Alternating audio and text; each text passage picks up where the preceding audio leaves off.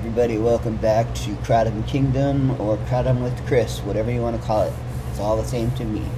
So anyway, today's video is going to be, why do we drink Kratom? What causes this determination to consume a drink that is untested by labs generally, has no, only based on historic verbal history, and it works for us.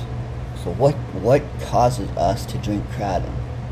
If you're a person that's in chronic pain and you don't want to be on Oxy or Hydros for the rest of your life, Kratom is that's why I drink Kratom. I took myself off of hydrocodones because I noticed I was becoming very addicted to them, and when I didn't have them I would be very sick. So with Kratom, it's not like that. If I run out of Kratom, I go through a mild withdrawal symptoms, but it's very, very easy to taper off of, and tapering off of it in a month, you can do it. And I'm a daily drinker, and I said drinker because I find I get the most benefit by drinking it directly as a tea. And yes, I drink the bulk, the organic matter. I don't filter it at all. And a tip, somebody asked me specifically, should I use more Kratom if I run it through the coffee maker? What I would say to that is run it twice and let it steep. Let it steep more. Just pour the coffee pot that you filled back into the reservoir and run it again, and then let it set in the pot so that you're getting as much Kratom as possible, because the bulk is where you get the bulk of the healing, which is why I make a straight up Kratom powder tea. And my friend Uju in Indonesia, I asked him how he does it. He just takes the whole leaf and puts it in hot boiling water and lets it boil for 15 minutes. And he adds a little sugar and a little turmeric and sips it, or a little lemon juice and lime juice, and then sips it like I do. But he doesn't get any bulk because he's not taking the powder. He takes the whole leaf, and which I like, and which you can get from Uju. If you were to order from him directly from Indonesia, straight from the tree right to the package, he hires specifically his family, like his 9-year-old son helps him pack, and he does not like using child labor laws. He's not abusing his child. There's a cute little video that he sent me of his son packing the packages and making them as full as possible by banging them into, compressing it so you get more Kratom you get the exact weight, and it's in a smaller package. But it's ridiculous how much Kratom I get from him for a decent price. It's a little pricey because you're getting a lot more, and it lasts a lot longer. I'm going to go through $175 next month, and I'm going to have Kratom for probably the next 4 months, which is nice, because when I buy it from a local vendor in America, I don't know what I'm getting, where it's coming from actually, because they all say Thai. They can put whatever they want and no one's going to know. And they make up these crazy names like Trainwreck or Thai Deadly Red, super powerful Mangda, which right away is just them trying to make their product sound more hardcore. But in essence, it's probably from Indonesia, from a generic tree, because it's basically Indonesia's biggest import rate or export right now, and it's keeping a lot of people fed. So I say if you can get it directly from India, and one thing that you can tell is there's only one strain that can be a Mangda, and this is expert Kratom kind of knowledge that I learned from Harrison, what is his name? From Harrison's Pharmacopoeia. I forgot his name. but he has a show on Vice that you can find on YouTube called, and he does an excellent interview with Joe Rogan on the Joe Rogan Experience, where just Google or YouTube Joe Rogan and Hamilton Morris, that's his name. And he's this long, strangly, geeky chemistry major who uses all drugs, but he specifically talks about kratom because yes, he calls it a drug, and he is probably the most premier expert on it because he's broken it down into alkaloids and actually is a genius. And right now he's talking about mixing it with other drugs or other plants like ayahuasca or something cool like that where you can actually trip from it. But I also drink kratom. We also drink kratom because as a kratomite, if you drink enough of it, you will feel a mild euphoria like you would feel from taking opiates. And the first time you drink kratom, you are going to find a nice, mild euphoria that you don't really realize at first, and all of a sudden you're like, yeah, I feel pretty good. And today I'm in all black because I'm mourning the death of my father, which is quite ironic because I always thought I was a sociopath. A narcissistic sociopath who only thought about himself. And it turns out that I do have feelings, which is very odd to come to realize. When I found my father died, everything I see of his, his jeans, his old shoes, just makes me want to cry because he lived his life so poor. He wouldn't buy nice shoes. I would have to go out and buy him nice underwear because they did my laundry. I did my laundry one day and I left my underwear there, and they were designer Banana Republic underwear, and they fit differently. They're lighter, so they wick better. They have a really thick waistband, which is really nice.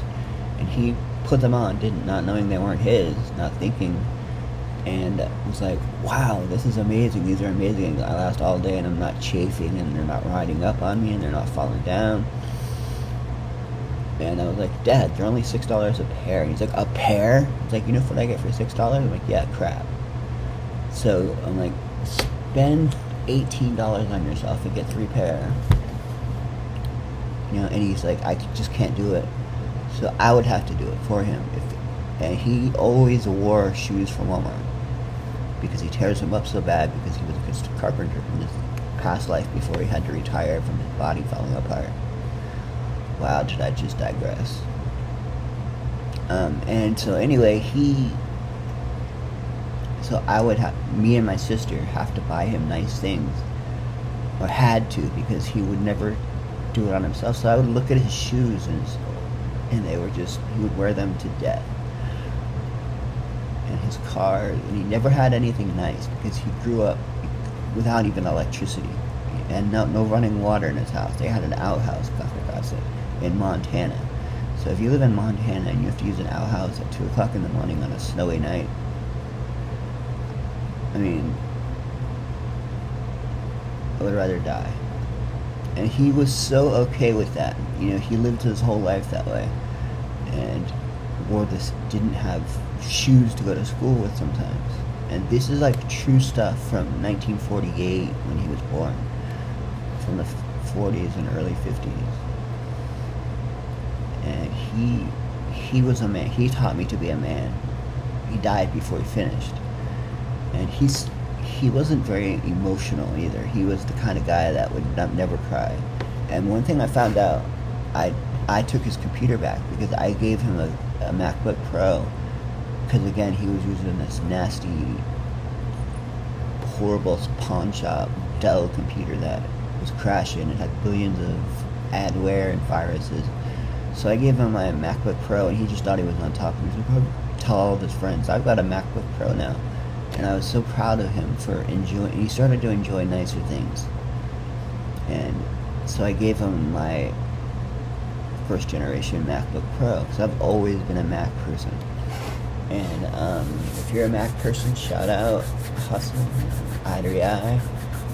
And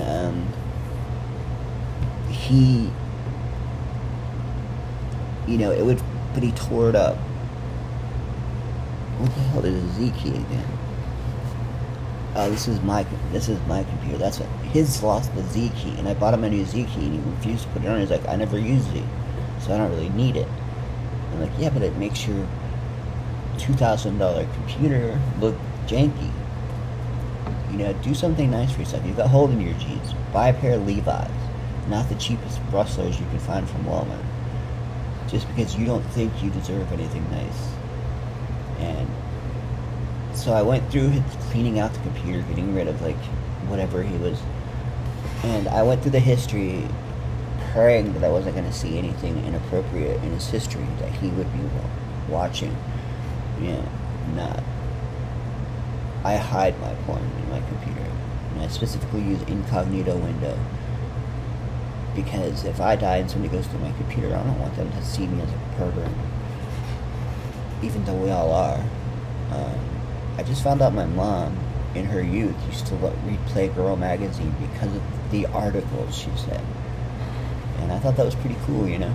So, anyway, my dad had nothing but Montana news and trucks and stuff like that, and YouTube videos of, like, he was watching all of my videos, like, all, from Kratom Kingdom, where we had 160 videos where I met most of you Kratomites.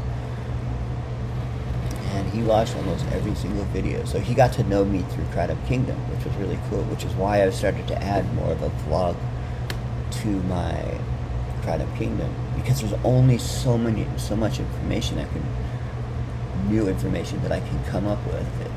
If you have questions or want to know something about Kratom, that's how I make the best videos.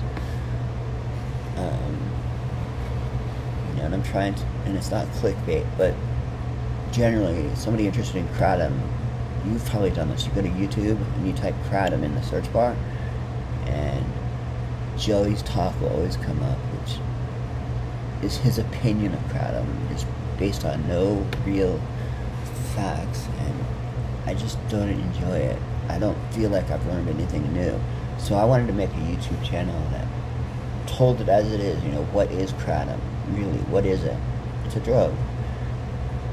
You know, it's no different than a pharmaceutical company could take it, turn it into a powder, or turn it into a pill, and shape it like a hydrocodone, and it would be just the same. You would feel it like a hydrocodone probably.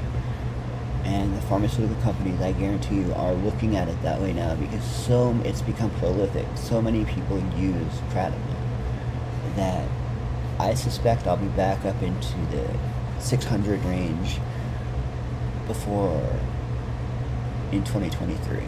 I almost guarantee it, because I make a video every single day, and I have a very loyal subscribers called Kratomites. You guys are the best. You send me really great questions. Some of you even send me gifts. I put my home address in the description, and in the mail every once in a while I get a surprise package. Somebody buys me honey or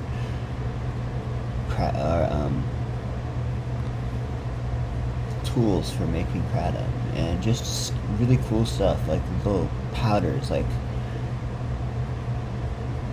honey, and just cool stuff. I mean, I have no idea who they are, but thank you.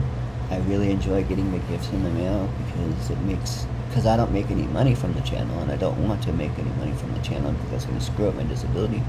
So I do it for free. That's why I don't monetize my channel. Well, besides the fact I don't have 1,000 subscribers yet, and I don't want it to be a job, because then I'm not enjoying my retirement that I'm forced into because of the massive stroke I survived.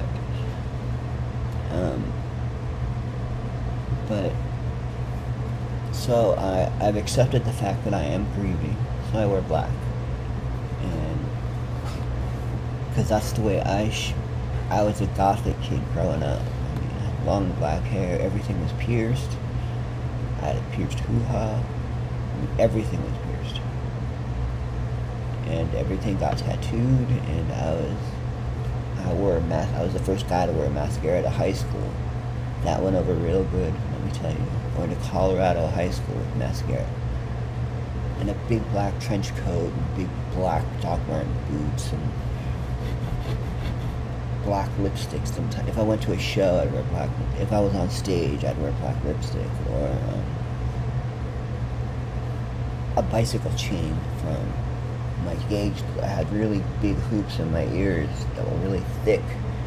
And I would hang up a chain, like a regular chain link from ear to ear, and it would stretch my ears and make the holes really big.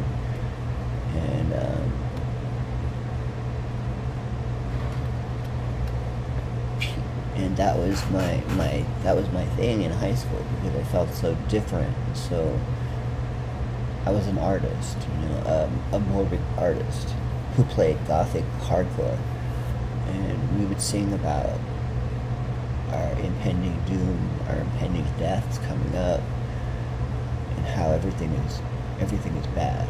The world is falling apart. There's some amazing bands like Christian Death and Sisters of Mercy, and funny story about Marilyn Manson. We were playing a show, and we were opening for Marilyn Manson, who was opening for Slayer. And we were just stoked because we get to see Slayer for free from the stage. I mean, because once you play, you can hang out on the stage even during the next show, depending on the venue. And so being to sit on the stage with Kerry King and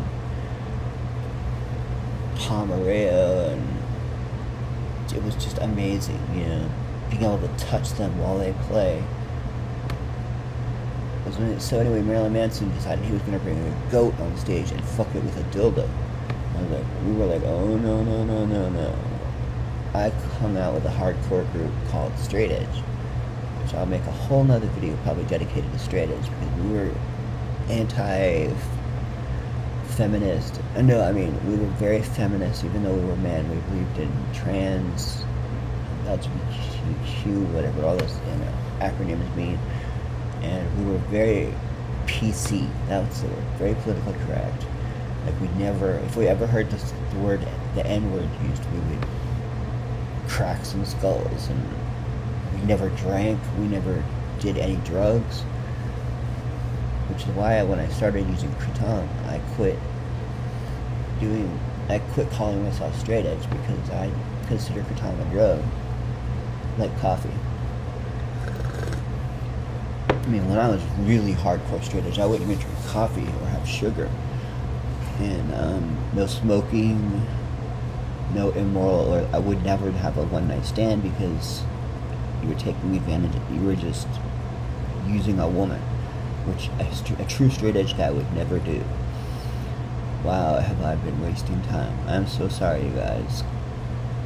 I guess I spelled out the reasons we use a true Kratomite does what they do and why they do it, and why you as a consumer would use it. If you're new to Kratom, if you have chronic pain, if you have chronic depression, if you have chronic anxiety, that's what I use it for. That's why I drink Kratom personally. And I'm nothing special. When I get into something, I really get into it pretty hard. And I live it and I breathe it, and so I'll be dressed in all black until I'm no longer mourning my father, which is going to be a while, which doesn't bother me, because everything I own is black anyway, because I haven't bought new clothes. It's not like I went from being goth, but when I was a teacher, yeah, I wore mostly black, black button downs with a black tie, or black pants, black pants, black shoes, black hat usually, because I was embarrassed of my hair. And of course the students are allowed to wear hats, but I was a teacher, so I would do things my way, my classroom my way. And I hated teachers, because my job was to teach other teachers how to use computers. That was part of my job. And I was the one that would give CEU credits out to teachers, for learning. Every year you gotta get a certain amount of points, extra learning points. And my particular area of expertise, computers, gave teachers 2 points. So they would all have to come through my classroom. And my rule was no drinks or food in my lab, in my computer lab. Absolutely not. I would never do it. I would leave all drinks from students or whatever would be left in the cafeteria. My classroom was off the cafeteria, so they'd have to leave it on the floor by the door, lined up against the wall. And kids, I would let, if they were like, if it was an exceptional day and they were exceptionally working hard, I'd let them all take a 5-minute break, go out and drink their drinks and talk and come back in and start over again. The way I taught people to type was different. My class was totally different than a regular computer class. I set up instant messengers on all the computers in the school, and I made, on all the computers in my lab, and there was like 10 on one side of the room and 10 on the other side of the room, so the class would be split 10-10. And they would talk, they were all linked, so they would just talk via instant messenger. So, and after a while they were typing faster than me, you know, who took traditional typing, A, S, D, F, G, H, J, K, L.